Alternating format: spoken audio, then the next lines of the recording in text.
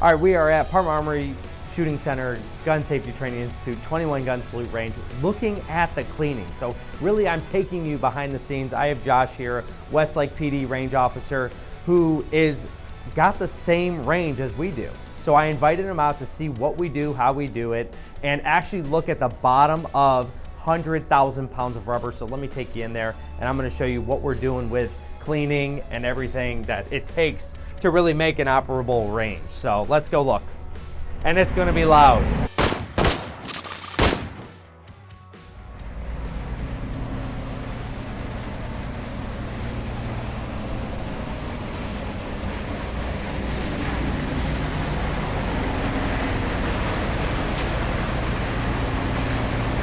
What we're actually doing here, extracting full lead.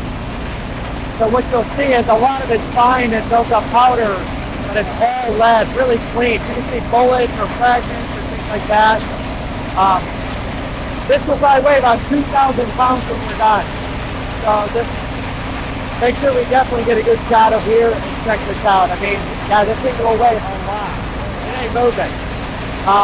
What he's looking for is rubber. You don't want any rubber in here. So it's 100% clean lead. So, and then our fine dust is over there. All the dirt and the lead and everything, that's what's falling. That's what's really got to get cleaned out. Let me take you over here.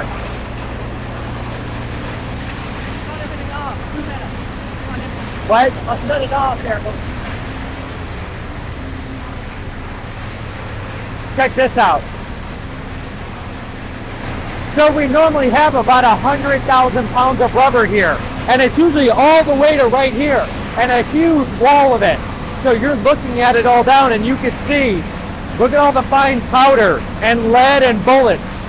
We're gonna extract about 30,000 pounds, but this is what's holding all the rubber up. So we had to build those shelves and then dump all the rubber from the back and let it fall in. People argue with me that there's not 100,000 pounds of rubber back here. I'm like, look, I moved 2,000 bags that weigh 50 pounds each.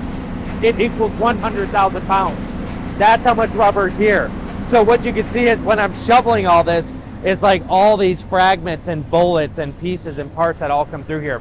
But again, we're talking about a public range. So it's so different than like, okay, the PD range might have similar, but I mean, look at all, this is all fine rubber and lead and bullets. Like, that's what we're trying to clean out, because that is really what's not making this a good bullet trap, because the bullets can't go into all that dirt and dust that's getting too thick. The normal bullet doesn't even go in more than 18 inches. This trap is like 3 feet thick, so it's double what it really needs. But when you don't maintain it and it looks like this for a long period of time, this is the problem and what most public ranges don't do.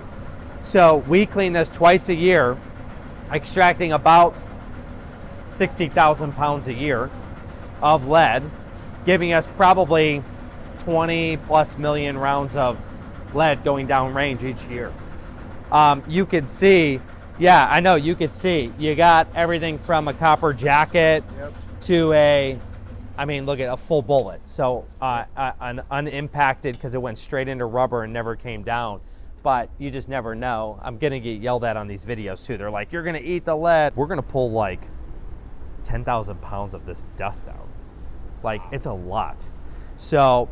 And you do this twice a year? Twice a year, yeah. How long does this shut down your operation? 2 days. 2 days? Yeah, like he started yesterday. We should be mostly done today. And then, you know, back at it Wednesday, because they're gonna be back over in the 5-star range, which we didn't go into, but the 5-star range is the other side. Okay. So, I mean, but this is the interesting part. Let me get a shovel real quick, because I wanted to show the bottom of it. Everybody always likes a good shovel. So, you know what? Let's grab this. So you can kind of see like literally the shelf of the trap and everything it'll have is, you know, you get the powder, you get the jackets, you get the dust, you get more copper jackets. You know, there isn't even really a bullet down here. But it's crazy how much, and yes, we do have the ventilation on, so it's sucking the dust out, so at least we can not breathe in as much. Actually, I thought it'd be a little dirtier, so this must be kind of clean because they really haven't gotten into like all of this. Because this is what's like, you know, the That's dirt. the more fine shit. Yeah, that fine stuff is like what really has to get extracted out. But I mean, How are they getting that? I mean, I see they've got this What? sifter, but that's kicking down under where the sifter is. So what do they do? so that little system is dumping the fines, shooting the rubber back up. Some of the small jackets too is also, they're going up. And then the lead is going on the conveyor belt into the drum. Mm-hmm. The drum then will just get rolled out of here. What about the powder that's getting kicked Oh, underneath it? the powder, now mind you, some of this equipment is proprietary, so we'll kind of censor it in this video a little bit. But this equipment here will actually drop all of our fines. And so like the real stuff we need to get rid of is right there. And then it's going And in then here. you just Oh yeah, this shovel will, it yeah, into that? Okay. yeah. It'll all just get shoveled or scooped and whatnot. So this is the important part to get out though. This preserves the life of the trap. If you don't do that, you won't have that. You know, that's the important part. I see a little bit of rubber in here. Is There- this important to get the rubber out of? Yeah, well that is rubber and lead mix. Okay. That fine stuff is like what doesn't have any ballistics property anymore. You're not stopping any bullets with that. You're stopping it with that. So what we're trying to do is clean the trash, the gunpowder, the small pieces of rubber out, and that's what's going to go in that drum to get rid of as well. The fines of the range are like the less desirable part of the project. The lead is the gold of the range. Yeah. The powder is like the garbage, but you also have to get rid of it. So this is like how it, I mean, this is why you want to clean it twice a year, because if I could cut back on the powder, that's bigger the bullets I'll have. The bigger the bullets are, the better scrap we'll get. And the better scrap we get is like a little bit of our offset with filters and cleaning. And I mean, look, when they're done, look at this floor. We're going to paint, clean, maintain, fix everything that we, you know, broke or it's how dirty. You actually, here, look at this. Kind of stains itself a little bit. Yeah. With the offset with the. Yeah, you do make money rid of there, it. but you spend money there and on filters and everything else. But look at this. I'm going to be replacing rubber pieces because look, the rubber got destroyed there for some reason. Something impacted it too heavily.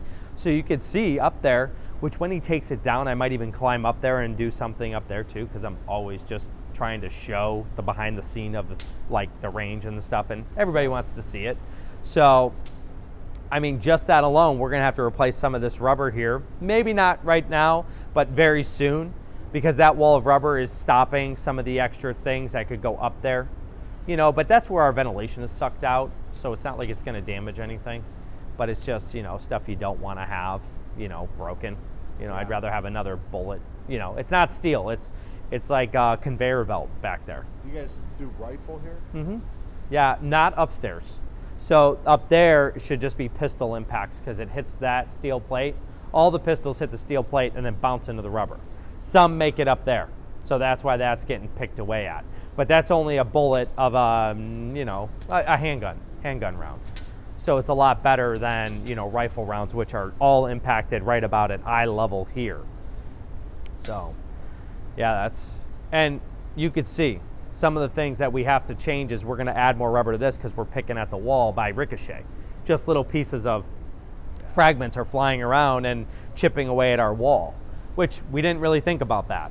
Now that you put 1 million rounds downrange, install one, you say, oh crap, okay, so we have to fix that. So what we've been adding is more rubber ballistic tile. We didn't have that before, we're gonna keep adding it. Same with over there. But you could see, look at the difference between lane 1 use and lane 11 use. 11 looks clean, 1 is like trashed. So you could see all that. They like heading down to this side. They must. Or inherently, we always put lane 1 on every day. So you always start 1 through 11. We don't really start 11 through back. It's just like being on the police range, man. Your extraction and ejection goes this way. Yeah. So why the hell am I going to get pounded by the dude next to me? Yeah. I'm going to be down there. Yeah. Same idea. So maybe that's why they do it. And I mean, you could see though. I mean, this is not very much time in just shooting because we fixed and maintained this. But if you don't fix it and spend the more money here, look at it falling apart. So a lot of things go into You the guys trap. don't shoot any steel here, though, right? No. It's all just paper. Yeah. Our other range, we get shoot steel targets we have out, but not in here. We do nothing steel related. How long's the other range? 90 feet. feet. Yeah, here we're only 40 feet.